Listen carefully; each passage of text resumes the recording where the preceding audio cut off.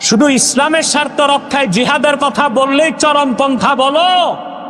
গণতন্ত্র রক্ষায় 5ই আগস্ট দেশ স্বাধীন করছো চরমপন্থায়, গণতান্ত্রিক পদ্ধতিতে আন্দোলন হয় না। কি পন্থা ছিল? এটা বাস্তব। বিএনপি নেতা বলেন সত্য।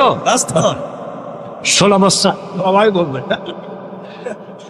না, এই জন্য বলছি বিএনপি তো স্টেক হোল্ডার, এই আন্দোলনে তো তাদের অনেক, এই জন্য বলছি। কথা বুঝতেছেন? সবচেয়ে বেশি অবদান আলেম ওলামা পীর মাশায়েখের।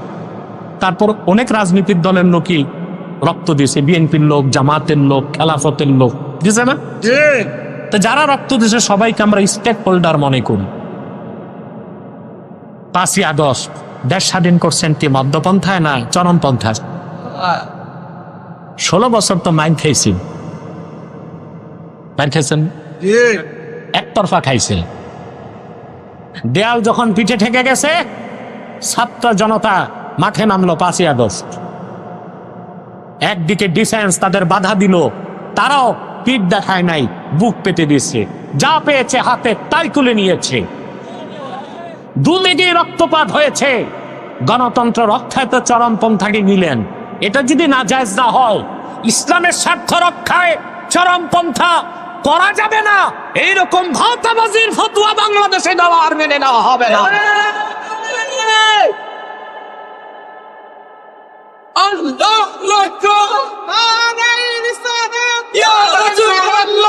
ইসলামের শত্রুরা হুঁশিয়ার সাবধান, নাস্তিক বেঈমানেরা হুঁশিয়ার সাবধান।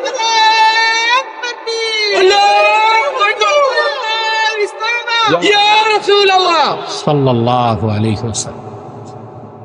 মুজাহাদা বুঝতেছেন? কথা বলেন।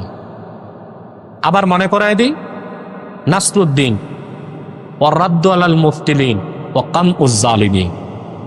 মুজাহাদার একটা স্তর আলোচনা করলাম, এবার দ্বিতীয় স্তর। মুজাহাদার দ্বিতীয় স্তর হচ্ছে নফসের সাথে লড়াই। নফসের সাথে প্রত্যেকটা হারাম কাজ করতে নফস চায়। আল্লাহ তার হাবিব সাল্লাল্লাহু আলাইহি ওয়াসাল্লাম যা কিছু নিষেধ করেছেন, চুরি করা, ডাকাতি করা, জেনা করা, গীবত করা, শিকায়ত করা, পরের হক পেরে খাওয়া, ঘুষ খাওয়া, মানুষ হত্যা করা, এই সব কিছু হারাম। প্রত্যেকটা হারাম কাজ চিত্তাকর্ষক, সেটা করতে মন চায়। আল্লাহ রাব্বুল আলামিনের ভয়তে নফসের সাথে লড়াই করে গুনার থেকে বেঁচে থাকা, সেটাও হলো মুজাহাদার দ্বিতীয় স্তর। হারাম কাজগুলো কেমন লাগে? ভালো লাগে বলি তো অনেকে ব্যবসা বাণিজ্য নাই, চাঁদাবাজি করে চলে, আছে না? এই যে চাঁদাবাজ যারা, ওদের কিন্তু ব্যবসা নাই, চাকরি নাই, টেম্পো স্ট্যান্ড, রিক্সা স্ট্যান্ড, বালুরঘাট, ট্রাক, এগুলো থেকে মেরে কেটে থাবাধাবি করে সংসার চলতেছে, মজা লাগে। জেনা যারা করে নফস সেটা চায়, চুরি যারা করে নফস সেটা চায়। মুমিন আল্লাহর ভয়তে নফসের সাথে লড়াই করে টিকে থাকবে, এটা মুজাহাদার দ্বিতীয় স্তর। বলেন সুবহানাল্লাহ। আল্লাহ রাব্বুল আলামিন বলেন, ফাআম্মা মান খাফা মাকামা রাব্বিহি ওয়া নাহান নাফসা আনিল হাওয়া ফাইন্নাল জান্নাতা হিয়াল মাওয়া। আল্লাহ রাব্বুল আলামিন বলেন, আর যে ব্যক্তি কাল হাসর ময়দানে মহান আল্লাহর সামনে দাঁড়াবার ভয় অন্তরে পোষণ করলো, আর তার নফস যা চাইলো আল্লাহর ভয়ে তা থেকে সে নিজকে নিবৃত রাখলো, এই মুজাহাদার কারণে সেই ব্যক্তির চূড়ান্ত গন্তব্য হবে আখিরাতে আল্লাহর জান্নাত। এটা মুজাহাদা। এটা কি? নফসের সাথে লড়াই। কিসের সাথে? নফসের সাথে। এবার মুজাহাদার চূড়ান্ত স্তর বলবো। 1.5 ঘন্টা যা বললাম সব ভুলে গেলে আমার দুঃখ নাই। এখন যেটা বলবো মুজাহাদার চূড়ান্ত সংজ্ঞা, এরপরে কোনো সংজ্ঞা এটা লিখতে হবে, খাতায় কলমে না, মনের পাতায় বলবো। আল্লামা কুরতুবী মুজাহাদার চূড়ান্ত ব্যাখ্যা করতে যে লিখেন, মাসালুস সুন্নাতি ফিদ দুনিয়া কামাসালিল জান্নাতি ফিল উকবা ফামান দাখালাল জান্নাতা ফাকাদ সালিমা ওয়া কামান আখাযা সুন্নাহ ফাকাদ সালিমা। সুবহানাল্লাহ। ইমামে কুরতুবী লেখেন, আল্লাহর হাবিব আখির নবী নূর নবীজি মুহাম্মদ মুস্তাফা সাল্লাল্লাহু আলাইহি ওয়াসাল্লাম ১৫০০ বছর আগে যে সুন্নত রেখে গিয়েছেন, সেই সুন্নতের উদাহরণ হচ্ছে দুনিয়ায় আল্লাহর জান্নাতের মতো। যে ব্যক্তি জান্নাতে প্রবেশ করলো সে যেমন নিরাপদ হয়ে গেল জাহান্নাম থেকে, দুনিয়ায় যে ব্যক্তি জীবনের সকল মৌলিক ক্ষেত্রে সুন্নতকে কামড় দিয়া ধরলো সে সেই রকম ফিতনা থেকে নিরাপদ হয়ে গেল। তার মানে মুজাহাদার চূড়ান্ত ব্যাখ্যা হচ্ছে সুন্নত তরিকায় চলা।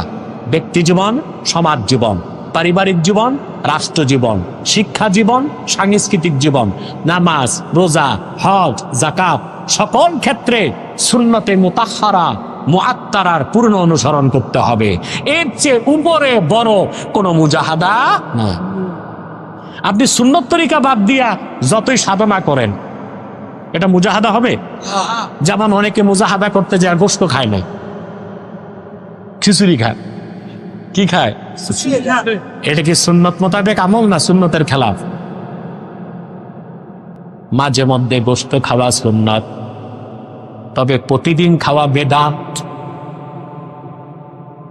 মাঝে মধ্যে খাওয়া, প্রতিদিন খাওয়া। আল্লাহর হাবিব সাল্লাল্লাহু আলাইহি ওয়াসাল্লাম ইরশাদ করেছেন, খায়রুত তাআমি ফিদ দুনিয়া ওয়াল আখিরাতিল লাহমু। দুনিয়া আখিরাতের সর্বোত্তম খাবারের নাম গোশত। মাঝে মধ্যে খাবেন, শক্তি পাবেন। আর যদি একদম খাওয়া বাদ দেন দুর্বল হয়ে যাবেন, আপনি তো তখন নামাজ দাঁড়ায় পড়তে পারবেন না। আবার প্রতিদিন খাওয়া কি নিষেধ? হাদিস শরীফে আসছে, প্রতিদিন যেই ঘরে গোশত খাওয়া হয় ওই ঘরে আল্লাহর লানত আছে। এটার প্রমাণ আপনারা দেখেছেন। প্রচুর গোশত যে ঘরে খায় ওই ঘরের মানুষের হার্ট অ্যাটাক করে, ব্রেন স্ট্রোক করে, প্যারালাইজ হয়ে পড়ে থাকে। যেই ঘরে একজন মুরব্বী প্যারালাইজ রোগী, ওই ঘরের কোন সদস্যের রাতের ঘুম নাই। এ বোঝা টানতে টানতে, কি করতে করতে, এটা কি রহমত না লানত? তো মাঝে মধ্যে গোশত খাওয়া কি সুন্নাহ? প্রতিদিন খাওয়া কি বেদাত? একদম ছেড়ে দেওয়া কি রহবানিয়া, বৈরাগ্যতা, সুন্নতের খেলাফ। তাহলে সুন্নত তরিকায় চলার চেয়ে বড় কোনো মুজাহাদা না। আপনার বাড়ি আছে 3টা, গাড়ি আছে 3টা, জুব্বাটা পড়ছেন এইরকম সাদা আছে 40টা, এটা মুজাহাদা? টুপিতে 3টা ছিদ্র, প্লাস্টিকের স্যান্ডেল 7বার জ্বালাই দিছে। বাড়ি, গাড়ি, নারী, ওই বেলায় মুজাহাদা নাই, ওগুলো ঠিক আছে। ব্যাংকে টাকা আছে 3 কোটি, যত ফকির আর মিসকিন গিরে দেখায় জুব্বার মধ্যে, এটা মুজাহাদা? আল্লাহ যদি তৌফিক দেন, দামি পোশাক পরা কি সুন্নত না? কথা বলেন। আমি একটা হাদিস শোনাচ্ছি আপনাদেরকে। ইমামে বাগাবীতে রওয়ায়াত করেন, তাফসীর বাগাবীতে, খারাজা রাসূলুল্লাহ সাল্লাল্লাহু আলাইহি ওয়াসাল্লাম ইয়াওমান ওয়া আলাইহি জুব্বাউন কিমাতুহু 4000 দিরহাম। সাহাবী বর্ণনা করেন, আল্লাহর আখির নবী নূর নবীজি মুহাম্মদ মুস্তাফা সাল্লাল্লাহু আলাইহি ওয়াসাল্লাম একদিন সাহাবায়ে কেরামের সামনে তাশরিফ নিয়ে আসলেন। আল্লাহর হাবিবের নূরের জিসিম মোবারকে যে জুব্বাটা ছিল, ১৫০০ বছর আগে ওই জুব্বার দাম ছিল ৪০০০ দিরহাম। কত দিরহাম?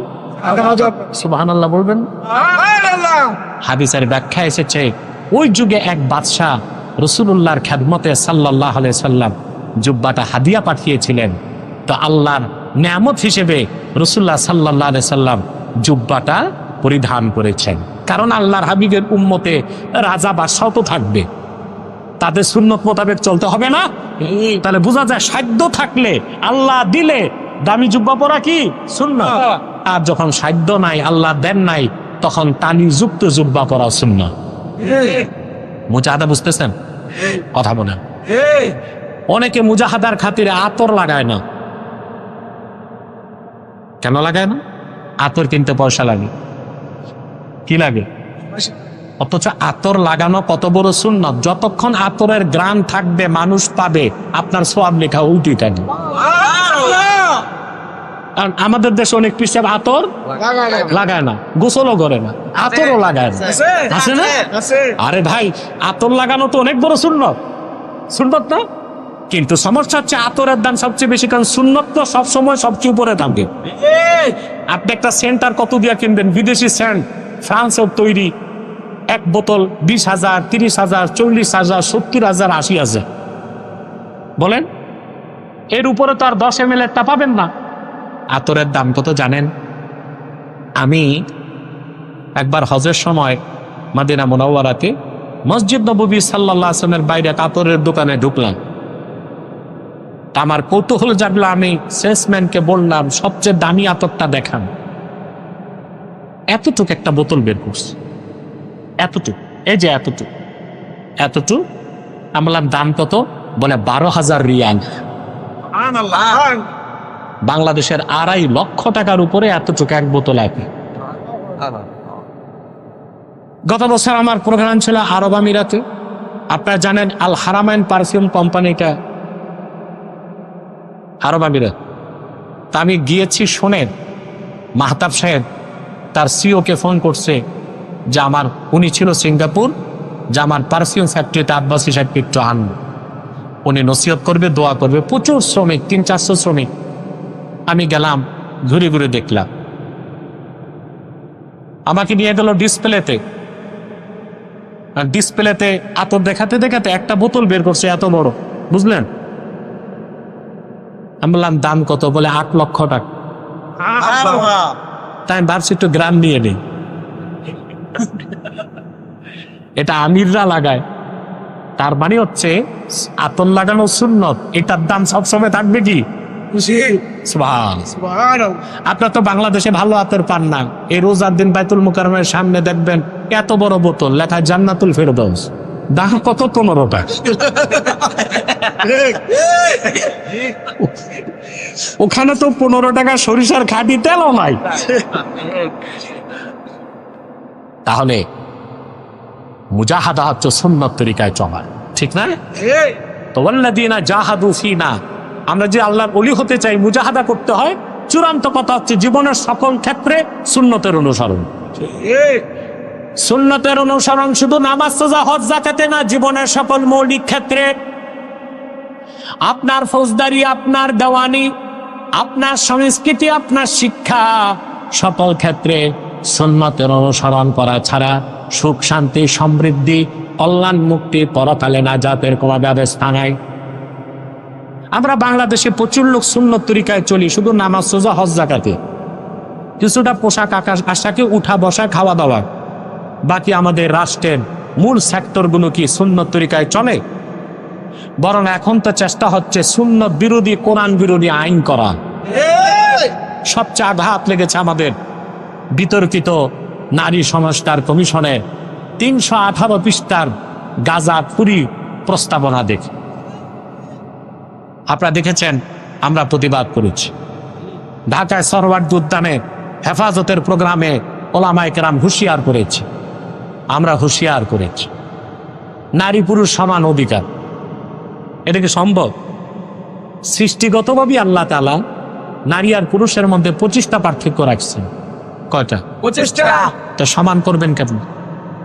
ফিজিক্যাল, সাইকোলজিক্যাল, বায়োলজিক্যাল, নারী আর পুরুষে সৃষ্টিগতভাবে কয়টা পার্থক্য? সবচেয়ে বড় পার্থক্য বিজ্ঞান দেখেছে, একজন প্রাপ্তবয়স্ক পুরুষের মাথায় মগজের পরিমাণ 60 ড্রাম। কত? 60 গ্রাম। ড্রাম মানে পানির ড্রাম না, 4 ড্রামে 1 তোলা। 4 ড্রামে 1 তোলা। তো পুরুষের মাথায় মগজ কতটুকু? প্রাপ্তবয়স্কা মহিলা যত শিক্ষিতা হোক, উকিল, ম্যাজিস্ট্রেট, ব্যারিস্টার, প্রধানমন্ত্রী, স্পিকার কিংবা জাতিসংঘের মহাসচিব, ওর মাথায় সর্বোচ্চ মগজের পরিমাণ 40 গ্রাম। তো মগজ দিতে সময় আল্লাহ যে বাটোয়ারা করছেন, কত কম দিয়েছেন? আল্লাহ রাখেন নবী মুহাম্মদ সাল্লাল্লাহু আলাইহি ওয়াসাল্লাম 1500 বছর আগে বলেছেন, নারীদের ব্যাপারে না কিসুল আকলি ওয়াদ দ্বীন, দিনের ক্ষেত্র তারা অপরিপূর্ণ, আকলের ক্ষেত্র অপরিপূর্ণ। বিশ্বনবীর কথাটি ১৫০০ বছর পরে বিজ্ঞান অপারেশন করে পাল্লায় ওজন দিয়া প্রমাণ পেয়েছে। পুরুষের মাথায় মগজ ৬০ গ্রাম, মহিলার মাথায় ৪০ গ্রাম। গড়ি দেখেন কোন ইমাম সাহেব? দাওয়াত আছে নাকি রাতে? আর 10 মিনিট কষ্ট দিব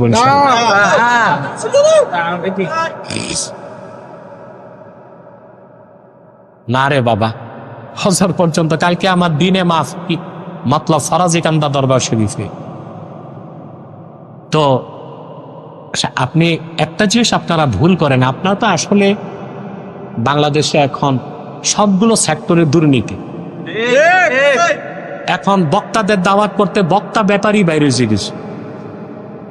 বক্তা একটা কন্ট্যাক্ট করে দেয় ১ লাখ টাকা, সে খায় ৩০,০০০, বক্তারে দেয়।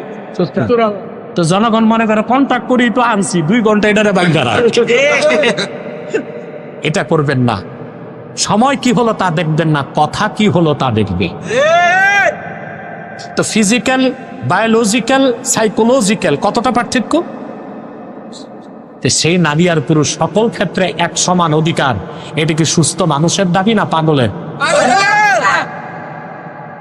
এরপর ৩১৮ পৃষ্ঠায় আবার ওরা বলছে তালাক দেবার ক্ষেত্রে নারী পুরুষের সমান অধিকার।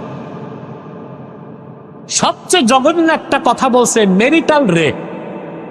স্বামী স্ত্রী বিবাহিত, স্বামী যদি জোর করে স্ত্রীর সাথে ফিজিক্যাল রিলেশন করে, এটা ধর্ষণের মামলা হবে। চিন্তা করেন, ঘরে ঘরে আগুন লাগানোর ব্যবস্থা করছে। এখন মহিলা রাজি ছিল কি ছিল না, এটার প্রমাণ হবে কি দিয়া? হেফাজত ইসলামের মঞ্চে কিছু আলেম রাগান্বিত হয়ে নারী কমিশনের মহিলাদেরকে বেশ্যা বলছে। হ্যাঁ, এই শব্দ উচ্চারণটা ঠিক হয় নাই, আর হেফাজতের পক্ষ থেকে দুঃখ প্রকাশ করা হয়েছে। কিন্তু এনসিপিকে বলছি, তোমরা এই শব্দটা দংলা। নারী কমিশন তো বেশ্যাদের বৈধ অধিকার চেয়েছে, আইনি বৈধতা চেয়েছে।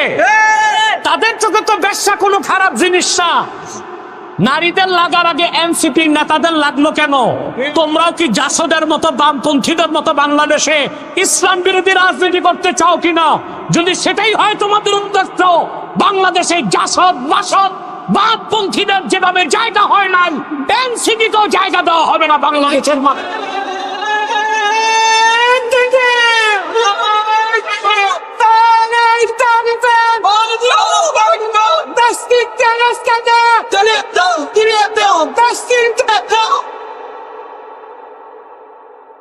প্রতিবেদনে বলা হয়েছে যারা বেশ্যা তাদেরকে বেশ্যা বলা যাবে না, শ্রমিক বলতে হবে,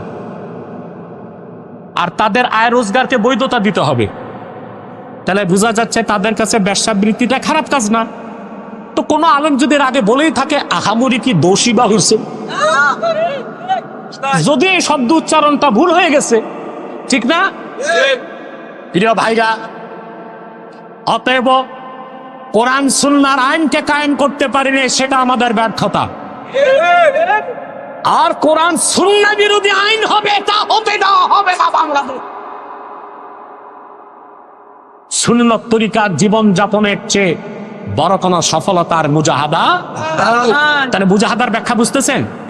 মুজাহাদার চূড়ান্ত ব্যাখ্যা হচ্ছে ব্যক্তি জীবন, সমাজ জীবন, রাষ্ট্র জীবন, সাংস্কৃতিক জীবন, শিক্ষা জীবন, পোশাক আশাক, উঠা বসা, নামাজ রোজা হজ যাকাত, সকল ক্ষেত্রে আল্লাহ রাখিনী নবী রাহমাতুল লিল আলামিন মুহাম্মদ মুস্তাফা সাল্লাল্লাহু আলাইহি ওয়াসাল্লাম ১৫০০ বছর আগে যে আদর্শ রেখে গেছেন, সুন্নাহ রেখে গেছেন, চোখ বন্ধ করে অন্ধের মতো সেই সুন্নতের অনুসরণ করতে হবে।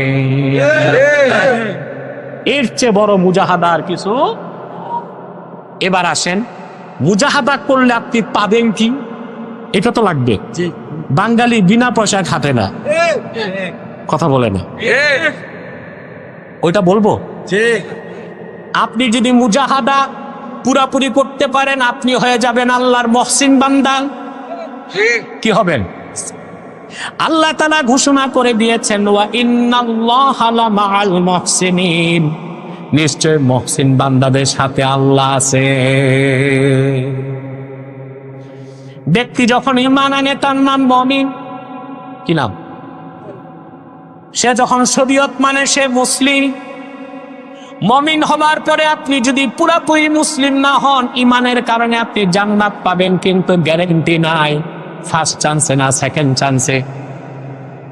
আযাবের আগেও যেতে পারেন, পরেও যেতে পারেন। যদি পুরাপুরি ইসলামের বিধানগুলো মেনে খাঁটি মুসলিম হয়ে যান, আপনি বেহেশত পাবেন, কঠিন হিসাব লাগবে। কিন্তু আপনি যদি মুজাহাদার মাধ্যমে মুহসিন বান্দা হয়ে যান, আপনার কোনো হিসাব থাকবে না, কোনো আযাব হবে না। বিনা আযাবে হালকা হিসাবে আল্লাহ তাআলা ফার্স্ট চান্সে আপনাকে তার জান্নাত দিয়ে দিবে। তাহলে মুমিন মুসলিম হলেই চলবে না, মুহসিন হইতে হবে।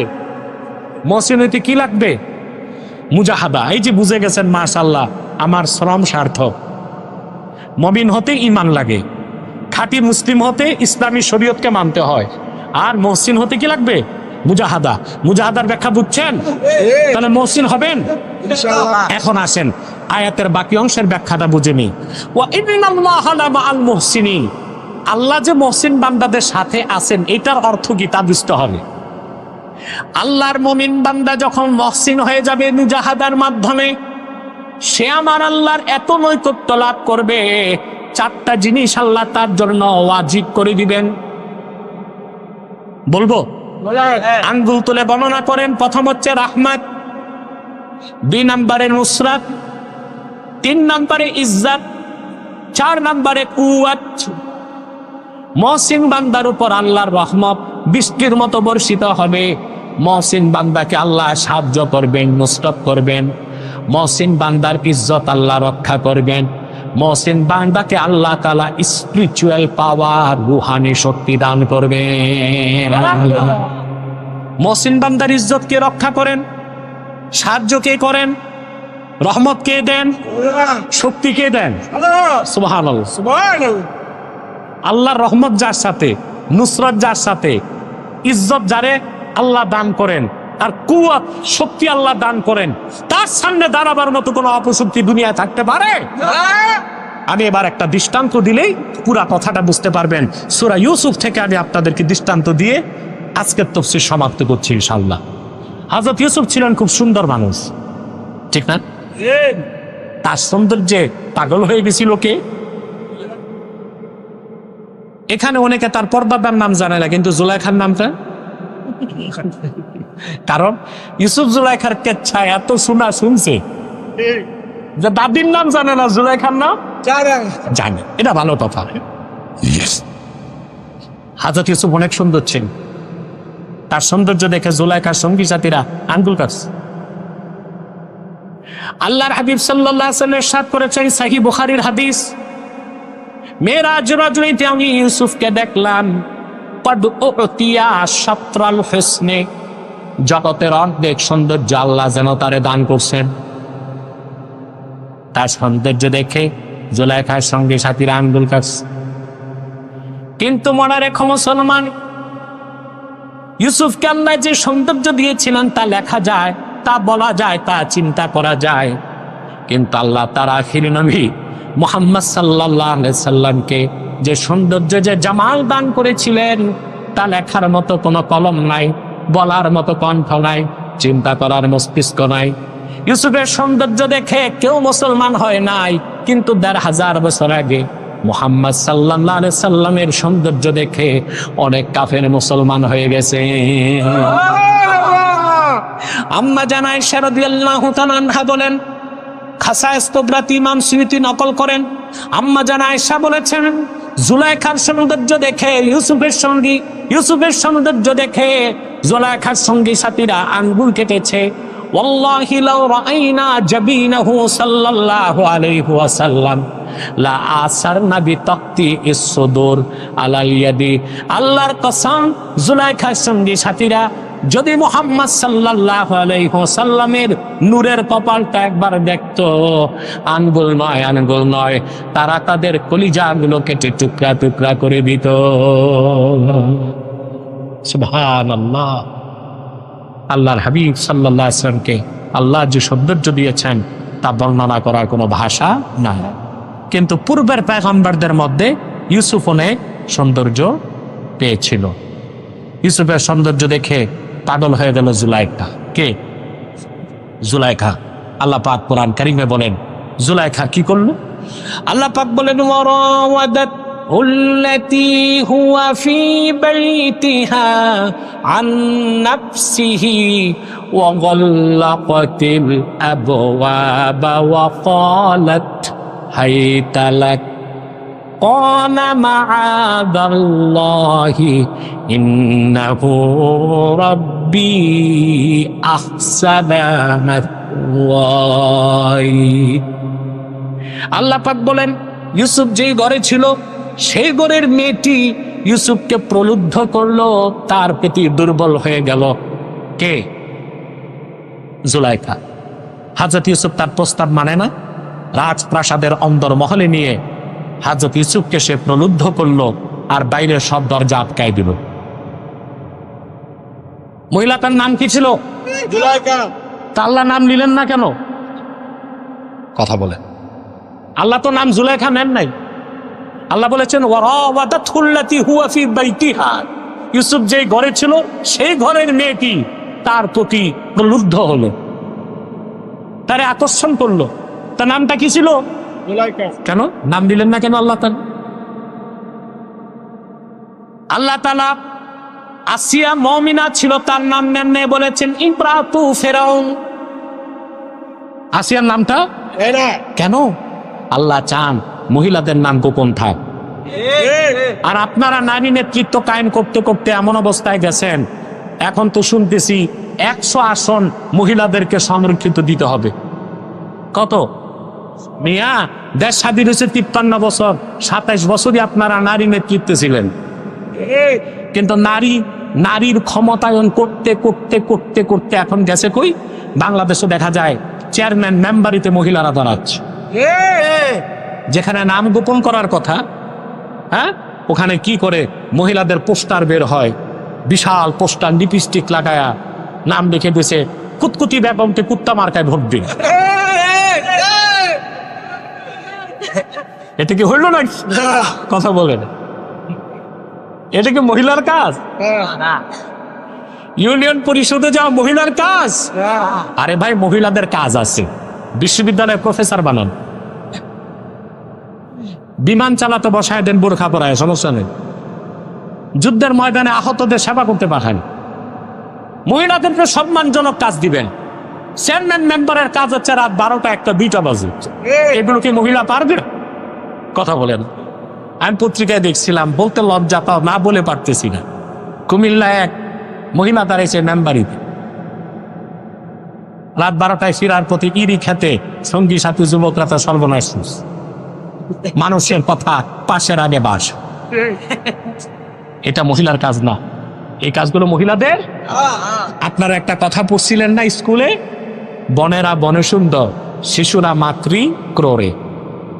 পড়ছেন? একটা লাইন আমি যোগ করতে চাই।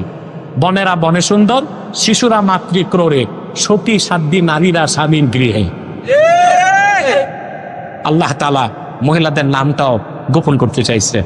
অথবা মহিলাদের উলঙ্গ করে নারী ক্ষমতায়নের নামে পথে ঘাটে বের করে দেওয়া, এটা নারীদের সম্মান বাড়ায় না, নষ্ট করে।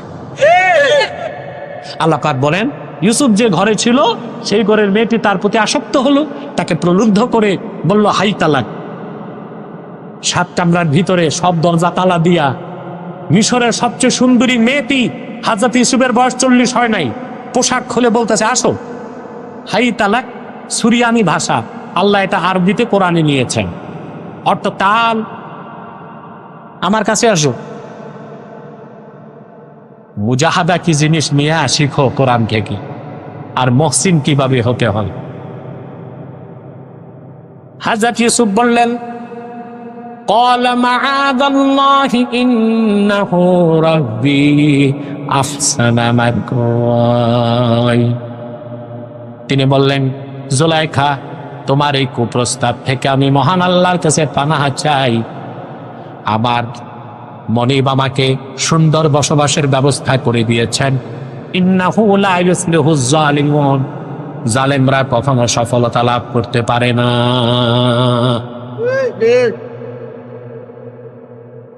ইউসুফ আলাইহিস সালাম বাঁচলেন কেন না প্রশ্ন আসে না?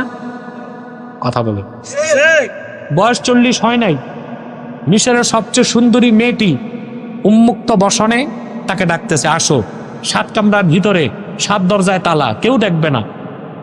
ইউসুফ আলাইহিস সালাম বাঁচছেন কার ভয়তে? লড়াই করছেন কিসের সাথে? এটা মুজাহাদা। এটা কি ইউসুফ আলাইহিস সালাম বাঁচতে পারতেন না, জুলাইখার খপ্পরে পড়ে যেতেন। কেমনে বাঁচলেন? আল্লাহ বলে দিলেন, ওয়ালাকাদ হাম্মাত বিহি ওয়া হাম্মা বিহা লাওলা আররা বুরহানা রাব্বি কাযালিকা লিনাসরিফা আনহু সুআ ওয়াল ফাহশা ইন্নাহু মিন ইবাদিনাল মুখলাসিন আই ইন্নাহু মিন ইবাদিনাল মুহসিনিন। আল্লাহ রাব্বুল আলামিন বলেন, ইউসুফের সাথে মনের বাসনা পূরণ করার চূড়ান্ত ইচ্ছা জুলাইখা করেই ফেলল।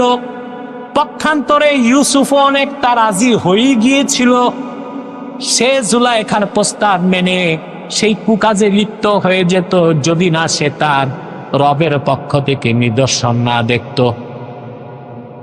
তাহলে মহসিনকে কে বাঁচান? জোরে বলতো, কে বাঁচান? কি নিদর্শন দেখলেন? তাফসীর তাবারিতে এসছে 3টা মত পাওয়া যায়।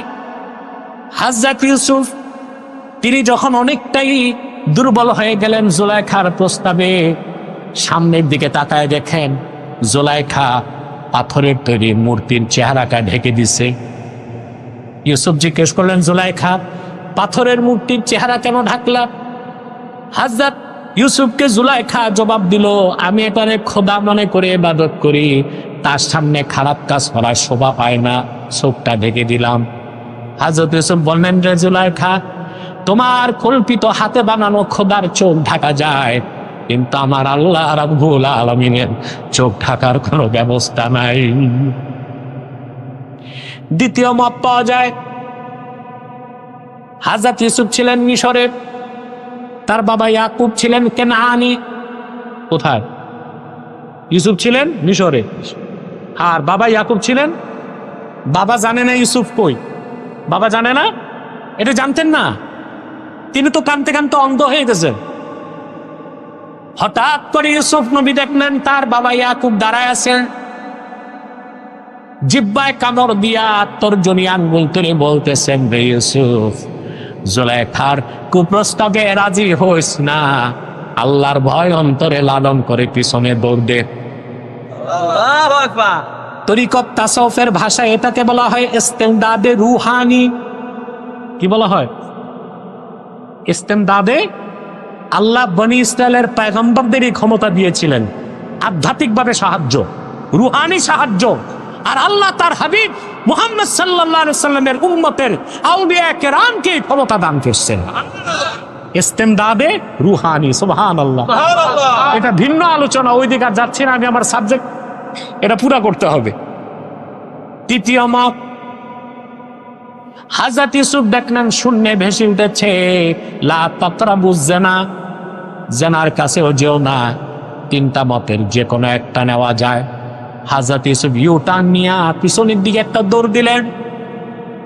কারণ বাইরে তো দরজা সব কি, চাবি কার কাছে? ইউসুফের কাছে। দরজা কয়টা? অনেকগুলো। তাফসীর এসছে 7টা। আল্লাহ তাআলা বহুবচন ব্যবহার করছেন। ওয়াগাল্লাকাতিল বাবা, আল্লাহ বলেন নাই ওয়াগাল্লাকাতিল আবওয়াবা। অসংখ্য দরজায় সে কি করছে?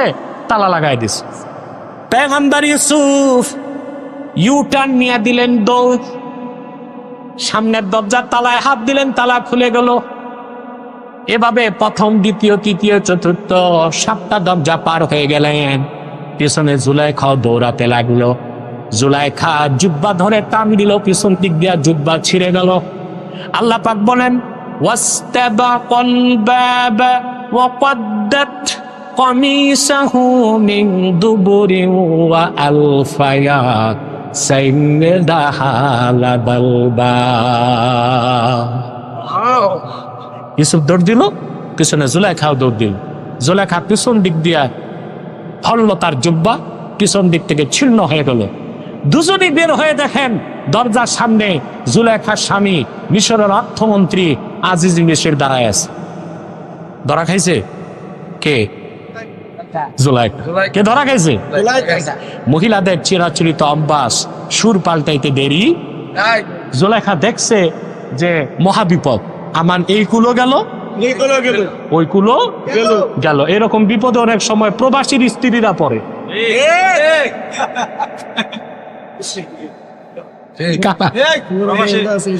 মহিলা আছে, হ্যাঁ, মা বোনরা খাটলে আবার সমস্যা। ঠিক আছে, প্রবাসী ছেলেরা বিদেশ যায়, রক্ত পানি পড়া ঘামের পয়সা পাঠায় দেশে। তো স্ত্রী টাকা দিয়া দেখা যায় আরেক ছেলের সাথে বন্ধুত্ব করে মোজ মাস্তি করে। সব মেয়েদের বলছি না, কিছু মেয়ে, এর জন্য আবার ছেলের দোষ আছে। তোমার বিবাহিতা স্ত্রী থাকবে হয় তোমার মার কাছে, নয় তার মায়ের কাছে। এটার যদি কাজপুর ফ্ল্যাট ভাড়া দেয় আর বিদেশ থেকে পাঠাইছে আইফোন অ্যাপলের 2.5 লাখ টাকা, ফেসবুক ওপেন, তো মহিলার সাথে তো শয়তান 10টা লেগেই থাকবে। আবার টাকা পাঠায় বিদেশ থেকে মায়ের অ্যাকাউন্টে না, বাবের অ্যাকাউন্টে না, বউয়ের অ্যাকাউন্ট। 10 বছর পর এসে দেখে ব্যাংকের অ্যাকাউন্টও খালি, ঘরের বিছানাও খাম। চালাক মেয়েরা যখন টের পায় তখন আবার সুর পাল্টায় ফেলে, বুঝেন না? বলে দেখে যে এই কুলো গেছে, ওই কুলো গেছে, তখন বলে ওইটা তো আমার প্রেমিক না, ওটা ধর্মের ভাই বানিয়েছে। এগুলো আছে শরীয়তে? কথা বলেন, আছে? নাই, ধর্মের ভাই বলে কিছু নাই। ধর্মের ভাই বানাই তো যত কুকাজ করে। মা বোনদেরকে বলবো স্বামীর প্রতি যত্নশীল হতে হবে। ছেলেটি হাড় ভাঙা পরিশ্রম করে বিদেশ থেকে টাকা পাঠায়, ওই একটা টাকাও না জায়েজ মতো তোমার খরচ করা জায়েজ নয়। প্রতিটি টাকা হিসাব রাখা তোমার উপর ওয়াজিব। স্বামীর বদদোয়া বুলেট মিস হতে পারে, স্বামীর বদদোয়া কখনো মিস হতে পারে না। যে মেয়েরা স্বামীদের সাথে প্রতারণা করে, আমি দেখেছি এদের জীবন বরবাদ হয়ে যায়, এরা জীবনে আর সুখ করতে। জুলাইখা দেখলো আমার এই কুলো যায়, তখন সুর পাল্টায় ফেলছে। সুর পাল্টায় সে কি বলতে লাগলো? জুলাইখা এবার গরম হয়ে গেছে, সুর পাল্টায় বলল এটা বন্ধ করো, ডিস্টার্ব হয় আমার। কি বললো শুনতেছেন? قالت ما جزاء من أراد بأهلك سوءا إلا أن يسجن أو عذاب أليم। আজিজে মেসেজ, আদর করে ছেলেটারে তুমি আমার বাড়িতে দিস। যে লোকটা তোমার স্ত্রীর সাথে খারাপ কাজের ইচ্ছে করে তার কি শাস্তি হওয়া উচিত? তোমার ঘরে থেকে তারে তো হয় জেলখানায় দেওয়া দরকার, নতুবা কঠিন কোন শাস্তি দেওয়া দরকার। সুর পাল্টায় ফেলছে। হযরত ইউসুফ বললেন قال هي راودتني عن نفسي وشهد شاهد من أهلها إن كان قميصه قد من قبل فصدقت وهو من الكاذبين। সেই ঘরে ছোট একটা বাচ্চা ছিল, 6 মাসের কম ছিল তার বয়স, জবান ফুটে নেই। হযরত ইউসুফের ইজ্জত রক্ষায় আল্লাহ ওই বাচ্চাটার জবান খুলে দিলেন। বাচ্চাটা সাক্ষ্য দিয়ে বলল আজিজে গেছেন, যদি দেখো ইউসুফের জুব্বাটা সামনের দিক দিয়ে ছিন্ন হয়েছে, তাহলে জুলাইখা সত্যবাদী, ইউসুফ মিথ্যাবাদী।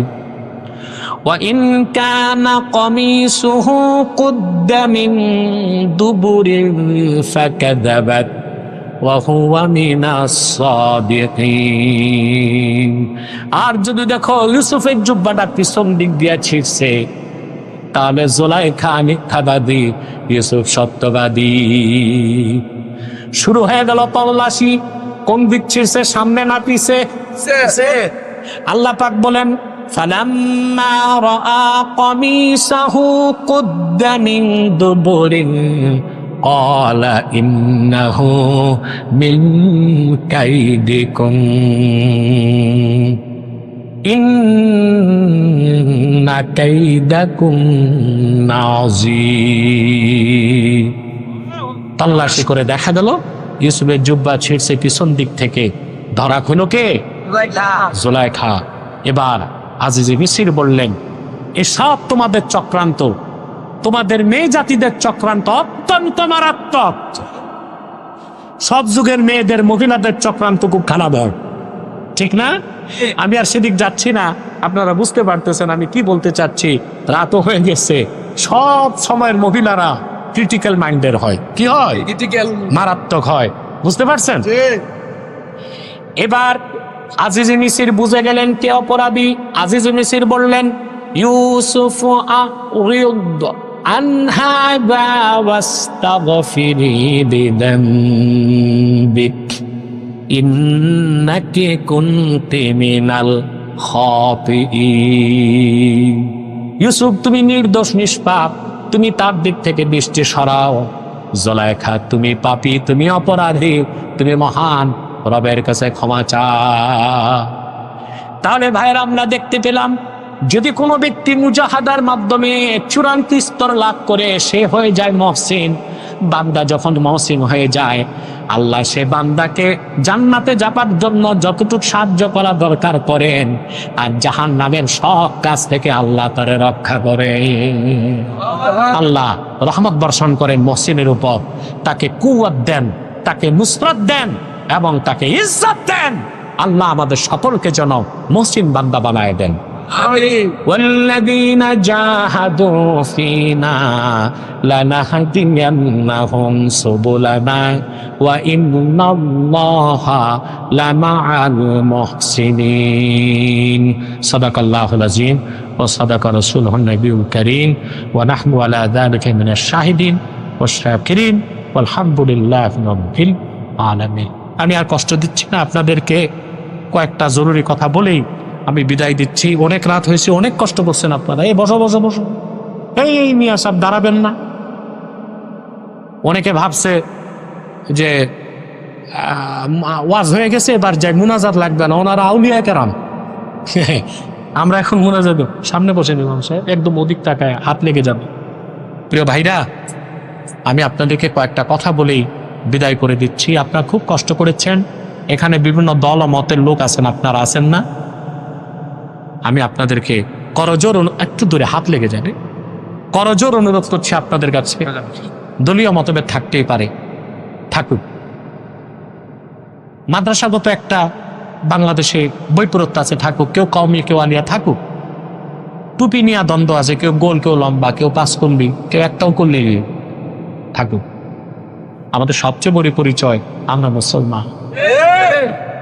করজোর অনুরোধ আপনাদের কাছে, আমরা প্রত্যেক মাসলাকের মুসলমান, তিনটি স্বার্থে এক হয়ে যাব। ইসলামের সুমহান স্বার্থ রক্ষায় আমরা ঐক্যবদ্ধ হব। মুসলমানদের মৌলিক দাবি আদায়ে আমরা এক হয়ে যাব। আর বাংলাদেশের স্বাধীনতা রক্ষায় আমরা এক হয়ে যাব। এই ক্ষেত্রে আমরা কে কোন মাসলাকের তা দেখব না। আমাদের এই তিনটি স্বার্থের বিরুদ্ধে বাংলাদেশে কাজ করছে তিনটে অমুসলিম সম্প্রদায়। তার মধ্যে সবচেয়ে জঘন্য হচ্ছে কুখ্যাত কাদিয়ানি সম্প্রদায়। নিঃসন্দেহে তারা কাফের এবং অমুসলিম। তাদেরকে যারা কাফের বলবে না, তারাও কাফের, কারণ তারা আল্লাহর আখিরি নবী নূর নবীজি আমার মুহাম্মদ সাল্লাল্লাহু আলাইহি সাল্লামকে আল্লাহর শেষ নবী হিসেবে বিশ্বাস করে না। চিল্লায় বলেন নাউজুবিল্লাহ। সেই জন্য তারা কি? তাদেরকে যারা কাফের বলবে না, তারা কি? মানুষকে ধোঁকা দিতে তারা মুসলমানদের মতো দাড়ি রাখে, টুপি লাগায়, নাম রাখে। তাই বলে কি তারা মুসলমান হবে? দাড়ি রাখলে কেউ যদি মুসলমান হতে পারতো, তো রবীন্দ্রনাথ ঠাকুরের চেয়ে বড় মুসলমান কে হইতো? সে কি মুসলিম ছিল না অমুসলিম? টুপি লাগালে মুসলমান হওয়া যায়? ভারতের দিল্লি পার্লামেন্টে দেখবেন হিন্দু এমপিরাও টুপি লাগে, তাই বলে মুসলমান হবে? নাম রাখলে মুসলমান হওয়া যায়? এক শয়তান বোতলে পেশাব করে উপরে নাম লেখছে শরবত, ওটা কি শরবত হবে? ভিতরে কি? তদ্রুপ কাদিয়ালিরা কাফের। আব্দুল আউয়াল আব্দুস সামাদ, মোবাশ্বের আলী কবির চৌধুরী, শাহরিয়ার কবিরা, নিঝুম মজুমদার, এসব নাম রাখার দ্বারা তারা মুসলমান হতে পারে। আমার ভাইরা, আমার বন্ধুরা, আমার আল্লাহ ও নূর নবীজি আমার মুহাম্মদ মুস্তাফা সাল্লাল্লাহু আলাইহি সাল্লামের ইসলাম ও কোরআনের হাজার হাজার হাজার বছর পরে বর্তমান ভারতের কুখ্যাত পাঞ্জাবের কুখ্যাত গুরুদাসপুরের কুখ্যাত কাদিয়ানে ইংরেজ আমলে এক শয়তান নিজের নবী দাবি করছে। চিল্লায় বলেন নাউজুবিল্লাহ। শয়তান তার নাম রেখেছিল তার বাপ মির্জা গোলাম আহমদ কাদিয়ানি।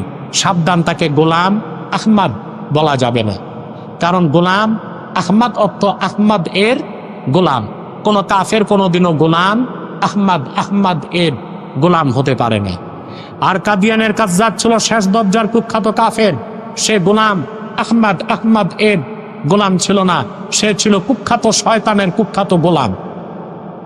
কাদিয়ানের কাজ্জাব মিথ্যানবতের দাবিদার মির্জা গোলাম শয়তান কাদিয়ানির উপর গজব এসেছে 1908 সালে। যখন গজব এসেছে, কাদিয়ানের কাজ্জাব মিথ্যানবতের দাবিদার ইংরেজদের পা চাটা গোলাম মির্জা গোলাম শয়তান কাদিয়ানি 1908 সালে ধ্বংস হয়ে কুখ্যাত জাহান্নামের কুখ্যাত কুকুরে পরিণত হয়েছে।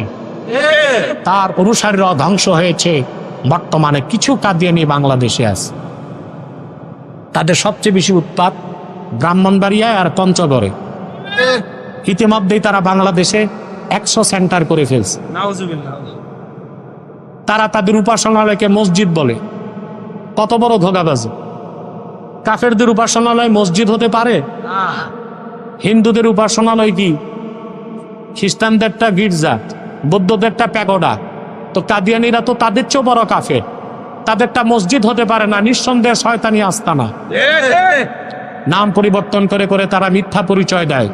কখনো নিজেদের পরিচয় দেয় আহমদি জামাত, কখনো বলে আহমদিয়া জামাত, কখনো বলে আহমদি সম্প্রদায়, কখনো বলে আহমদিয়া সম্প্রদায়, কখনো বলে আহমদি মুসলিম জামাত, কখনো বলে আহমদিয়া মুসলিম জামাত। সাবধান, যত কাদিয়ানি ছিল আছে থাকবে, তারা কেউ আহমদি জামাত নয়, আহমদিয়া জামাত নয়, আহমদি সম্প্রদায় নয়, আহমদিয়া সম্প্রদায় নয়, আহমদি মুসলিম জামাত নয়, আহমদিয়া মুসলিম জামাত নয়। তারা শয়তানি জামাত, কুখ্যাত জাহান্নামের কুখ্যাত কুকুরের দল। আমাদের সকল দলের একটাই দাবি, অনতিবিলম্বে স্বাধীন বাংলায় শয়তান কাদিয়ানীদেরকে রাষ্ট্রীয়ভাবে অমুসলিম ঘোষণা করতেই হবে, করতেই হবে, করতেই হবে। এই দাবি আদায়ে যদি তাহরিকে খাতমে নবুয়ত বাংলাদেশের ব্যানারে জানমাল দেবার ডাক আসে, কারা কারা প্রস্তুত আছেন হাত তুলে দেন।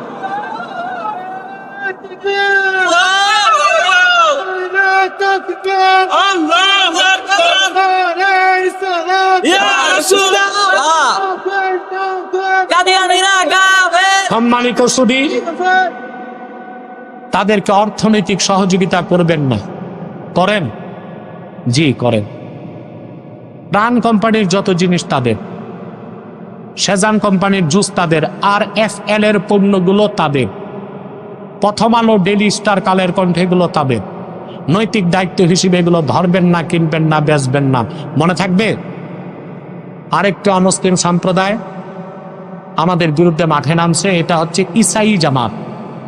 কিনা? এটা খ্রিস্টানদের একটা গোপন দল। 1975 সালে বাংলাদেশে আসছে। এই পর্যন্ত 2.5 লক্ষ পরিবারকে ধোঁকা দিয়া খ্রিস্টান বানাইছে। ধোঁকাটা কি? এরা মানুষকে খ্রিস্টান বানায়, বলে তুমিও মুসলমান, তবে ঈসাই মুসলমান। বলে তার মানে, বলে তুমি ঈসার উম্মত মুসলমান। ঈসার উম্মত মুসলমান না খ্রিস্টান? এইভাবে তারা কাজ করে যাচ্ছে। তাদের কাজ এতটা বেড়ে গেছে যে এখন পার্বত্য চট্টগ্রাম, টেকনাফ এই অঞ্চলটাকে আলাদা করে পশ্চিমারা একটা খ্রিস্টান রাষ্ট্র বানাতে চাচ্ছে, যেটার ব্যাপারে আমার হুঁশিয়ারি বহু আত্মীয় শুনে এসেছেন। আর 3 তারিখ আমি এটা হেফাজতের প্রোগ্রামও বলেছি। আমাদের স্বাধীনতার বিরুদ্ধে তারা কাজ করছে খ্রিস্টানরা।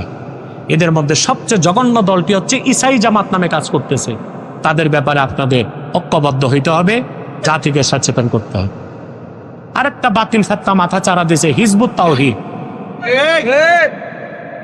এই মারাত্মক এক ফেতনা, এটা ইসরায়েলের টাকা খেয়ে মাঠে নামছে। এরা বলে নামাজ হচ্ছে ব্যায়াম, অজু থাকলেও নামাজ হবে, অজু ছাড়াও নামাজ। কিতাব বলে না, বলে কেতাব।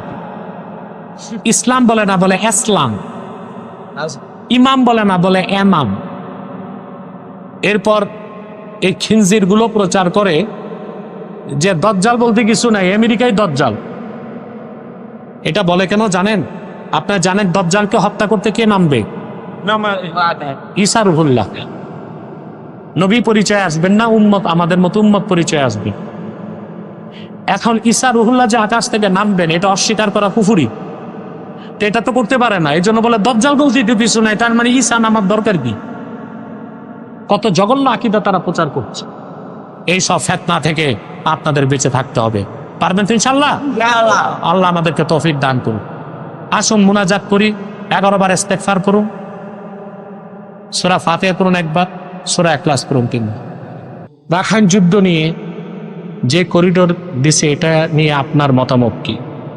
মূলত করিডোর 3 প্রকার। কয় প্রকার? একটা বাণিজ্যিক করিডোর, আরেকটা সামরিক করিডোর, আরেকটা মানবিক করিডোর। কাছে খাদ্য রসদ যাবে এখান থেকে, বুঝেন না? এমনও হতে পারে তারা আহত হলে এখানে এসে আশ্রয় নিবে, ট্রিটমেন্ট হবে। এখন জান্তা সরকার, বার্মা আর্মি যখন দেখবে যে আমার শত্রুদেরকে বাংলাদেশ মানবিক করিডোর দিয়ে সাহায্য করতেছে, তখন পাল্টা হামলা কোথায় করবে? তারাই বাংলাদেশকে বসে থাকবে না, পাল্টা হামলা করবে। তখন যুদ্ধ হতে পারে বাংলাদেশ আর বার্মার মধ্যে। তখন বাংলাদেশের পক্ষ নেবে আমেরিকা, আর বার্মার পক্ষ নেবে রাশিয়া এবং চায়না। এই পরাশক্তিগুলোর যুদ্ধ চলবে। প্রক্সি থাকবে বাংলাদেশ আর প্রক্সি থাকবে বার্মা। পাতা পুতার দলায় একদম মেসাকার। তারপর শান্তি প্রতিষ্ঠান নামে আমেরিকা এসে ঘাঁটি গাড়বে। তারপর বাংলাদেশের একটা অংশ আলাদা করে খ্রিস্টান স্টেট বানায় দিই, দেশের অস্তিত্ব থাকবে না। অতএব যত রাজনৈতিক দল আছে, অরাজনৈতিক দল আছে, তাহরিকে খাতমে নবুয়ত বাংলাদেশ, হেফাজতে ইসলাম বাংলাদেশ, জামাত, খেলাফত, মজলিস, বিএনপি, এনসিপি, ইসলামপন্থী ও ডানপন্থী সমস্ত রাজনৈতিক দলকে এক প্ল্যাটফর্মে আসতে হবে, দেশ বিরোধী চক্রান্তকে নস্যাৎ করে দিবে।